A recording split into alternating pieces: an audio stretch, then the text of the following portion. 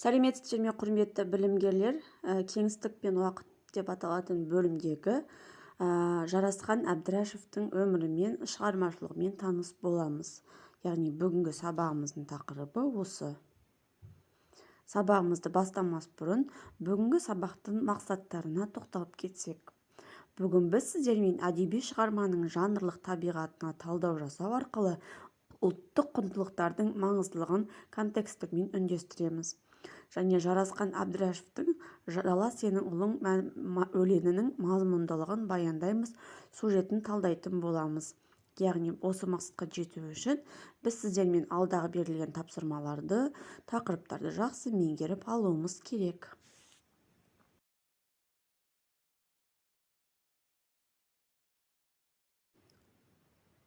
Суретте кім бейнеленген? Кішкене ойланып, миымызға шабуыл жасап көрейік.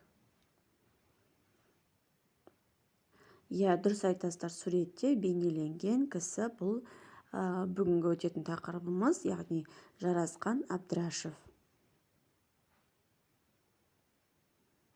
Жарасқан Әбдірашев 7 наурыз күні 1948 жылы Аманөткел ауылында, Арал ауданында, Қызылорда облысында дүниеге келген.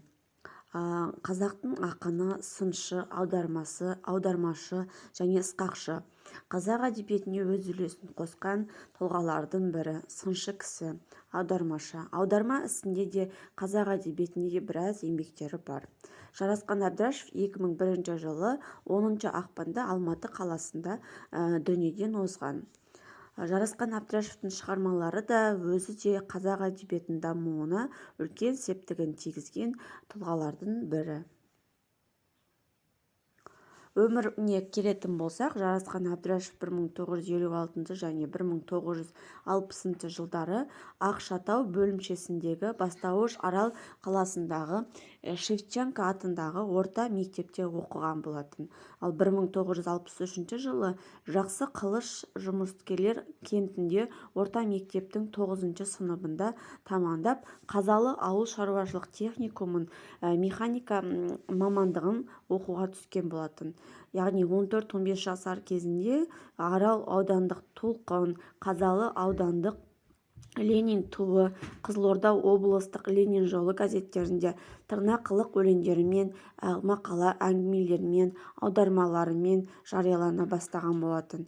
1965 жылы Қазақстанның қазіргі Әл-Фараби атындағы мемлекеттік университетінің журналистика факультетіне оқуға түсіп, ол жерді 1969 жылы бітірген болатын.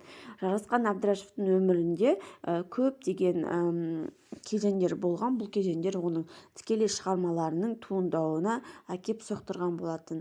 Ол бұдан да бөлек Ленин жолы, Ленин туы, Толқын деп аталатын газеттерде өзінің өлеңдерін жариялап, осы жерде өлеңдерінің біраз жариялап, бір жағынан өзінің еңбек жолын өзін дамыта білген. Еңбек жолына келетін болсақ, 1969 және 1970 жылдары Қазақ әдебиеті газетінің сын бөлімін басқарған болатын. Сол жерде жұмыс атқарған. Ал 1970-74 жылдары Жалын газетінде сын поэзия бөлімін басқарған. Ал 1974 және 1985 жылдары Жұлдыз журналының сын және библиография деп аталатын бөлімінің меңгеруші қызметін атқарған екен. Ал 1989 және 1992 жылдары Қазақстанның жазушылар одағындағы жалынды көркем аудармалары мен әлемдік әдебиеттерге байланысы бар редакциясы бар төрағасының орынбасары болған. 1992 және 1997 жылдары Тамаша сатиралық телехабарының бас редакторы болып жұмыс атқарған. Және де 1997 жылдан бастап шығармашылыққа, демалысқа шыққан. Бұл дегеніміз еңбек жолындағы өзінің көрген жемістері мен атқарған қызметтері осы жерде анық көрініп отыр. Жарасқан Әбдірашев өзінің білікті білімін сол кезде ғана қалдырып қана қоймай, қазіргі таңға дейін жас ұрпақтар оның білімімен, тәлімімен тәрбиеленіп отыр десек те болады. Артынан біраз шәкірттер қалдырып кеткен.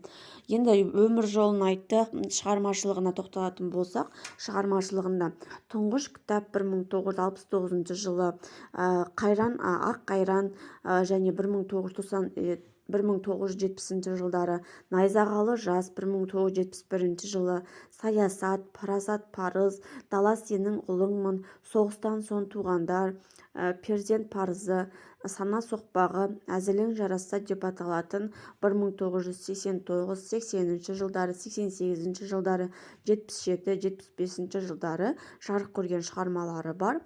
Әр шығармасы әртүрлі бағытта жазылған, тақырыптар бір-біріне ұқсамайтын ерекше туындылардың бірі. Мысалға 1973 жылы Парасат пен парыз, Дала сенің ұлыңмын дегенде шығармасы бұл Жарасқан Әбдірашевтың шығармаларының ішіндегі ең бір керемет, көркемді, керемет танымал туындылардың бірі десек те болады. Осы шығармалар арқылы Жарасқан Әбдірашев өзін Қазақстанға, бүкіл қазақ еліне таныта білген. Жарасқан Әбдірашевтің құрметіне орай Жарасқан Әбдірашұлының атынан 2001 жылдан бері Алматы қаласында көше бар. Туған жері Арал қаласында бір көшенің мектеп аты Жарасқан Әбдірашевтің атымен аталады. Алматы қалалық ономастика жөніндегі комиссияның шешімі бойынша Жарасқан Әбдірашевтің қазақ әдебиетіне сіңірген зор еңбегін ескеріп, оның соңғы жылдарындағы тұрған үйіне ескерткіш тақта орнатылған. Бұл біздің Алматы қаласымызда орналасқан Жарасқан Әбдірашевтің атынан көше бар. Оны сіздер көрген шығарсыздар, мүмкін естіген де шығарсыздар.